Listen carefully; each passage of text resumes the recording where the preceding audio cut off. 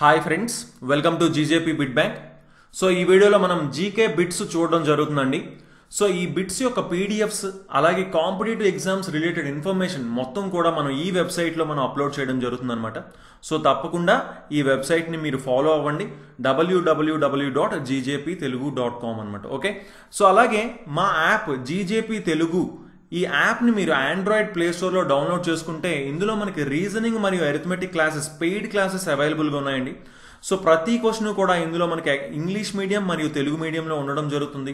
రీజనింగ్లో చూసుకుంటే అప్రాక్సిమేట్గా ఒక 4500 క్వశ్చన్స్ చెప్తాం, అండ్ అరిథమెటిక్లో చూసుకుంటే ఒక 2700 క్వశ్చన్స్ చెప్పడం జరుగుతుంది అనమాట. సో ఇంట్రెస్ట్ ఉన్న వాళ్ళు ఈ నెంబర్ 9160085856 ఈ నెంబర్కి మీరు వాట్సాప్లో మెసేజ్ చేయండి, మన కంప్లీట్ డీటెయిల్స్ అనేవి అక్కడ చెప్పడం జరుగుతుందన్నమాట. ఓకే, సో ఓకే, ఇప్పుడు మనం జీకే బిట్స్లోకి వెళ్ళిపోదాం. 241 question. Dudhwa Dam is built across which river in Chhattisgarh? Dudhwa ఆనకట్ట ఛత్తీస్గఢ్లో ఏ నది మీద నిర్మించబడింది? Narmada river, Mahanadi river, Kaveri river, Yamuna river. So answer వచ్చేసి మనకి మహానది రివర్. సో దుధ్వా ఆనకట్ట అనేది మనకి ఛత్తీస్గఢ్లోని మహానది రివర్ మీద దీన్ని నిర్మించారండి. సో ఇక్కడ రివర్స్ ఉన్నాయి కాబట్టి మనం రివర్స్ గురించి చూద్దాం. First one Mahanadi river. ఈ రివర్ అనేది మనకి దీని యొక్క జన్మస్థలం ఎక్కడ అంటే మనకి ఛత్తీస్గఢ్లోనే దీని యొక్క జన్మస్థలం. మెయిన్ గా ఛత్తీస్గఢ్లో బస్తర్ కొండలు అనేవి ఫేమస్ అన్నమాట. ఆ కొండలలో ఇది దీని యొక్క జన్మస్థలం, రైట్. అండ్ నెక్స్ట్ ఇది ఎక్కడి నుంచి ఎంత వరకు ప్రవహిస్తుంది? మహానది రివర్ అనేది ఛత్తీస్గఢ్ నుంచి మనకి ఒడిశా వరకు ప్రవహిస్తుంది, రైట్. సో ఇది మనకి ఒడిశా వరకు ప్రవహిస్తుంది. అండ్ నెక్స్ట్ వన్ ఒడిశాలో మెయిన్ గా అక్కడి వరకు వచ్చి ఈ మహానది రివర్ ఎక్కడ కలిసిపోతుంది అంటే మనకి బంగాళాఖాతంలో కలిసిపోతుంది అనమాట. సో ఒడిశాలోని కటక్ అనే ప్రాంతం సమీపంలో మనకి బంగాళాఖాతం, ఓకే, సో బే ఆఫ్ బంగ్లా అంటాము, రైట్. సో బంగాళాఖాతంలో ఇది కలిసిపోతుంది. And next one Narmada river. So Narmada river గురించి చూస్తే మనకి దీని యొక్క జన్మస్థలం వచ్చేసి మనకి మధ్యప్రదేశ్, రైట్. సో మధ్యప్రదేశ్లోని అమరకంటక్ ప్లేస్ పేరేంటి మనకి? అమరకంటక్ అనే ప్రాంతం. ఆ ప్రాంతంలో దీని యొక్క జన్మస్థలం. సో ఇది మధ్యప్రదేశ్ అండ్ నెక్స్ట్ గుజరాత్ అలాగే మహారాష్ట్ర, ఈ 3 ప్లేస్ల వరకు ఇది ప్రవహిస్తుంటుంది, రైట్. అండ్ ఇంకొకటి నర్మదా రివర్ ని ఏమని పిలుస్తారు అంటే life line of Madhya Pradesh and Gujarat అని చెప్పి పిలుస్తారు. ఎందుకు అంటే మనకి ఈ మధ్యప్రదేశ్ గుజరాత్ యొక్క డైలీ నీడ్స్ అనేది, అంటే అక్కడ పంటలు పండించడానికి అయితేనేమి, వాళ్ళ యొక్క అవసరాలకి నీటి అవసరాలన్నీ కూడా వాళ్ళకి నర్మదా రివరే చూసుకుంటుంది అనమాట. అందుకని life line of Madhya Pradesh and Gujarat అని ఏ నదిని అంటారు అంటే నర్మదా రివర్ ని పిలవడం జరుగుతుంది, రైట్. అండ్ నెక్స్ట్ ఇది గుజరాత్ లోని అరేబియా అంటే గుజరాత్ సమీపంలోని గల్ఫ్ ఆఫ్ కంబట్ వద్ద అరేబియా సముద్రంలో ఇది మనకి కలిసిపోతుంది. నెక్స్ట్ కావేరీ నది. సో కావేరీ రివర్ యొక్క జన్మస్థలం వచ్చేసి మనకి కర్ణాటక. సో ఇది కర్ణాటక అండ్ తమిళనాడు ఈ 2 రాష్ట్రాల మధ్య ఇది ప్రవహించడం జరుగుతుంది ఈ కావేరీ నది అనేది. మెయిన్ గా కర్ణాటక ప్రాంతంలో దీని యొక్క జన్మస్థలం అన్నాం కదా. సో ఎక్కడ అంటే కూర్గ్ జిల్లాలోని తలై కావేరీ. సో తలై కావేరీ అనే ప్రదేశం వద్ద ఈ కావేరీ నది అనేది ప్రవహిస్తుంది, రైట్. ఆ తర్వాత ఇది మనకి తమిళనాడు ఈ రాష్ట్రాల్లో ప్రవహిస్తుంది. And next Yamuna river. So Yamuna river వచ్చేసి మనకి మెయిన్ గా చెప్పాలి అంటే ఇది గంగా నది యొక్క ఉపనది. అలాగే యమునా రివర్ గురించి చూసుకుంటే మనకి ఉత్తరాఖండ్, హిమాచల్ ప్రదేశ్, ఉత్తరప్రదేశ్, హర్యానా, ఢిల్లీ ఈ ప్రాంతాల్లో మనకి ఇది ప్రవహిస్తుంది. మెయిన్ గా ఉత్తరాఖండ్ లో దీని యొక్క జన్మస్థలం. అండ్ నెక్స్ట్ ఇది అలహాబాద్ లో ఇది వచ్చేసి మనకి ఏమవుతుంది అంటే అలహాబాద్ లో గంగా నది వద్ద ఇది కలిసిపోతుంది అనమాట యమునా రివర్ అనేది. 242 question. The folk dance Fugdi is related to which state? Fugdi అనేటటువంటి జానపద నృత్యం ఏ రాష్ట్రానికి సంబంధించింది? ఆప్షన్స్ వచ్చేసి మనకి గోవా, చెన్నై, తెలంగాణ, మధ్యప్రదేశ్. సో ఆన్సర్ వచ్చేసి మనకి గోవా అన్నమాట. సో మెయిన్ గా గోవాలో ఫుగ్డి అనే జానపద నృత్యం ఎప్పుడెప్పుడు వేస్తారు అంటే అక్కడ మనకి వినాయక చవితి, మనకి ఇక్కడ వినాయక చవితి ఉంది కదా, అంటే గణేష్ చతుర్థి ఆ రోజున మెయిన్ గా అలాంటి టైంలో ఈ ఫుగ్డి డాన్స్ అనేది జానపద నృత్యం అనేది వేయడం జరుగుతుంది. 243 క్వశ్చన్, టాలిన్ అనేది ఏ దేశం యొక్క అతిపెద్ద మరియు రాజధాని నగరం అడుగుతున్నారు. So Tallinn is the largest and capital city of which country?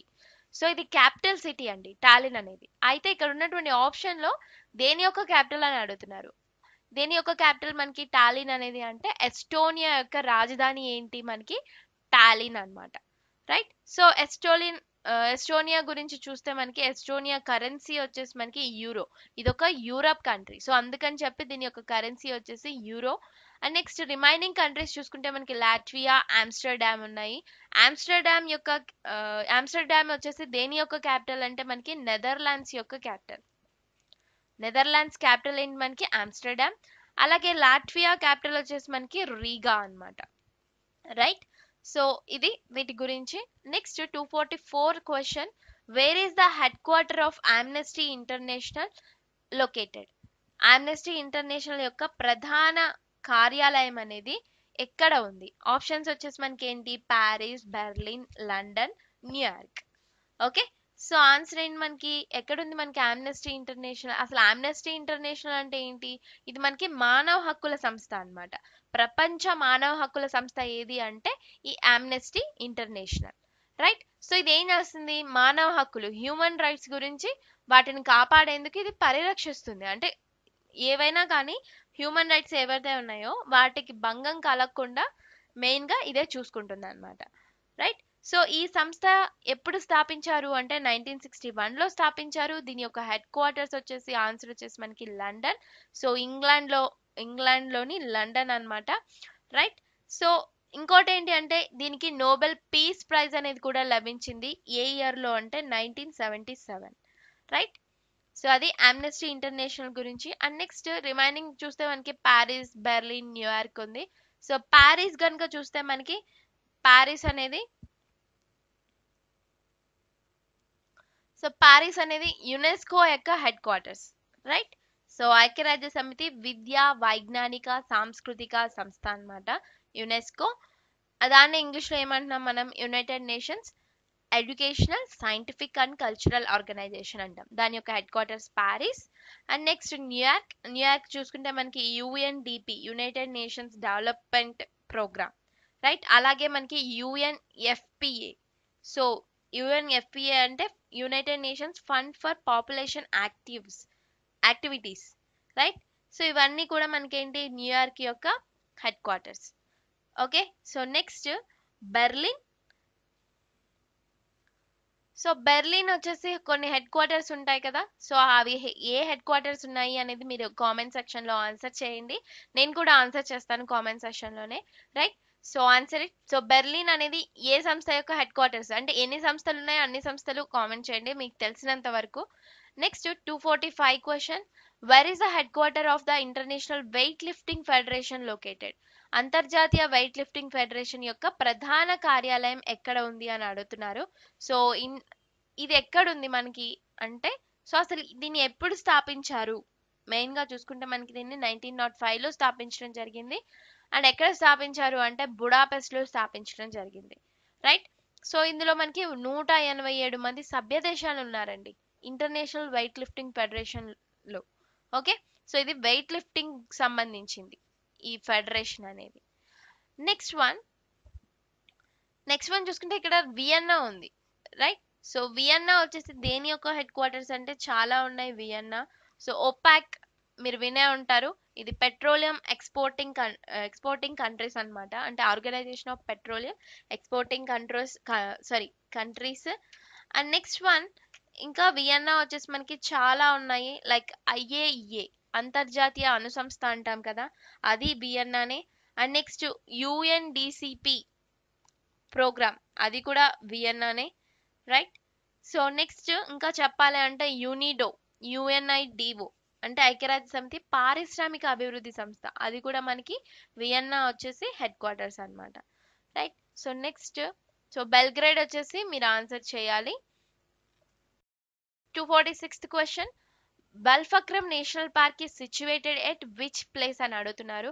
So ఈ బల్ఫక్రమ్ నేషనల్ పార్క్ అనేది ఏ ప్రదేశంలో ఉంది? సో ఆన్సర్ వచ్చేసి మనకి ఇది మేఘాలయలో ఉందండి. రైట్. సో ఈ బల్ఫక్రమ్ నేషనల్ పార్క్ అనేది మనకి మేఘాలయలో ఉంది. అండ్ అస్సాంలో చూసుకుంటే మనకి Manas national park is the famous one. And UNESCO కూడా గుర్తించడం జరిగింది ఈ హెరిటేజ్ పార్క్ ని. అండ్ ఇంకోటి ఏంటి అంటే మనకి హెరిటేజ్ పార్క్ కాదు, నేషనల్ పార్క్ ని. ఈ నేషనల్ పార్క్ లో మనకి 1 హార్న్ రైనోసిరోస్ అనేది ఫేమస్ అన్నమాట. అంటే ఒంటి కమ్ము ఉండేటటువంటి ఖడ్గమృగం ఫేమస్. నెక్స్ట్ గుజరాత్ లో గిర్ నేషనల్ పార్క్. సో ఇక్కడ మనకి tigers famous. So tiger operation project tiger అనేది ఈ గిర్ నేషనల్ పార్క్ కూడా ఉంది, right. So next one 247. In which Indian state Achnakamer Wildlife Sanctuary is situated? అచ్నాకమర్ వన్యప్రాణుల అభయారణ్యం ఏ రాష్ట్రంలో ఉంది అని అడుగుతున్నారు. ఆప్షన్స్ మనకి ఆంధ్రప్రదేశ్, మహారాష్ట్ర, ఛత్తీస్గఢ్, కర్ణాటక. సో ఈ అచ్నాకమర్ వైల్డ్ లైఫ్ సాంచురీ అనేది మనకి ఛత్తీస్గఢ్ లో ఉందండి. ఇది మనకి 1975 లో దీన్ని స్థాపించడం జరిగింది, గుర్తించడం జరిగింది. Next 248 question. Dhirubhai Ambani solar park is situated in. ఈ సోలార్ పార్క్ అనేది ఎక్కడుంది? Dhirubhai Ambani solar park. Options మనకి Rajasthan, Himachal Pradesh, Sikkim, none of the above. So answer వచ్చేసి ఎక్కడుందండి? ఇది మనకి రాజస్థాన్ లో ఉంది. మెయిన్ గా ఏ ప్రాంతంలో ఉంది రాజస్థాన్ లో? జైసల్మీర్ డిస్ట్రిక్ట్, జైసల్మీర్ జిల్లాలో మనకి ఈ ధీరుభాయ్ అంబానీ సోలార్ పార్క్ అనేది ఏర్పడడం జరిగింది. అండ్ ధీరుభాయ్ అంబానీ ఎవరు అంటే మనకి రిలయన్స్ ఇండస్ట్రీస్ అధినేత, రైట్. సో అండ్ ఈ ధీరుభాయ్ అంబానీ గారు చనిపోయాకే ఈ సోలార్ పార్క్ కి అతని నేమ్ పెట్టడం జరిగింది. Okay. Next 249th question. Prague is the capital of which country? So Prague అనేది ఏ కంట్రీ యొక్క క్యాపిటల్ అని అడుగుతున్నారు. ఆప్షన్స్ మనకి వార్సా, చెక్ Republic, Amsterdam, none of the above. So answer వచ్చేసి మనకి చెక్ రిపబ్లిక్. సో ప్రాగ్ అనేది చెక్ రిపబ్లిక్ యొక్క క్యాపిటల్ అన్నమాట. సో చెక్ రిపబ్లిక్ కరెన్సీ ఏంటి మనకి అంటే చెక్ కొరునా. సో కరెన్సీ వచ్చేసి చెక్ koruna, right, KORUNA, right. So next Warsaw. So Warsaw వచ్చేసి మనకి పోలాండ్ క్యాపిటల్ అన్నమాట. సో పోలాండ్ క్యాపిటల్ ఏంటి? వార్సా. అండ్ ఆమ్స్టర్డామ్ వచ్చేసి మనకి నెదర్లాండ్స్ యొక్క capital, right. 250th question. Imperfect is an autobiography of. Imperfect అనేది ఇది ఒక బుక్ అండి. ఇంపర్ఫెక్ట్ అనేది అది ఎవరి యొక్క ఆత్మకథ అని అడుగుతున్నారు. సో ఆప్షన్స్ మనకి Sanjay Manjrekar, Usain Bolt, Winston Churchill, all of the above. So answer వచ్చేసి మనకి ఇంపర్ఫెక్ట్. అది మనకి సంజయ్ మంజ్రేకర్ గారి యొక్క ఆటోబయోగ్రఫీ అంటే ఆత్మకథ. ఓకే. సో ఇంకా రిమైనింగ్ ఆప్షన్స్ చూస్తే ఉసేన్ బోల్ట్. సో ఇతను వచ్చేసి జమైకన్ స్ప్రింటర్. సో జమైకా చెందిన వ్యక్తి. సో ఇతను స్ప్రింటర్ అన్నమాట, రైట్. సో ఉసేన్ బోల్ట్ అంటే నాకు తెలిసి ఎవరు తెలియని వాళ్ళు ఉండరు, అందరికీ తెలుసు. Next Winston Churchill. సో ఇతను వచ్చేసి మనకి యునైటెడ్ కింగ్డమ్ యొక్క PM అన్నమాట, right. So prime minister of United Kingdom Winston Churchill. Okay. So 250th answer వచ్చేసి option A is the Sanjay Manjrekar. So okay guys, thanks for watching. So తప్పకుండా మా ఛానల్కి subscribe చేసుకోండి. సో ఈ రోజు మనం 10 బిట్స్ మనం చూడడం జరిగింది. సో రేపు మరొక 10 బిట్స్ చూద్దాం. సో ఇవేవి కూడా మిస్ కాకుండా ఉండాలంటే మా ఛానల్ సబ్స్క్రైబ్ చేసుకొని పక్కనున్న బెల్ ఐకాన్ క్లిక్ చేసి అక్కడ ఆల్ నోటిఫికేషన్ సెలెక్ట్ చేసుకోండి. అలాగే ఈ వీడియోస్ అన్నిటినీ కూడా తప్పకుండా లైక్ చేయడానికి ట్రై చేయండి అండ్ తప్పకుండా మీ ఫ్రెండ్స్ అందరికి కూడా షేర్ చేయండి. So thanks for watching and have a nice day. Bye.